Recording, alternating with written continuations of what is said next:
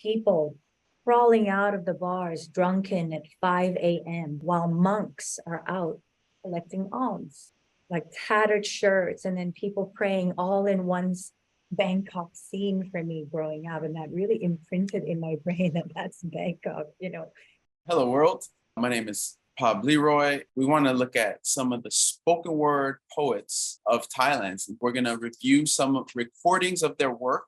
And again, just kind of take in a glimpse into what Thai spoken word poets are exploring, the ideas they're putting forth. I mostly do spoken poetry about political things. I needed to find a way to speak out more about on certain topics and certain subjects that felt taboo at the time. I thought the best way to do that was through poetry. I typically write about love and death and the sensuality of how those two things intertwine, the loss and the grief that involves how these two things relate to one another.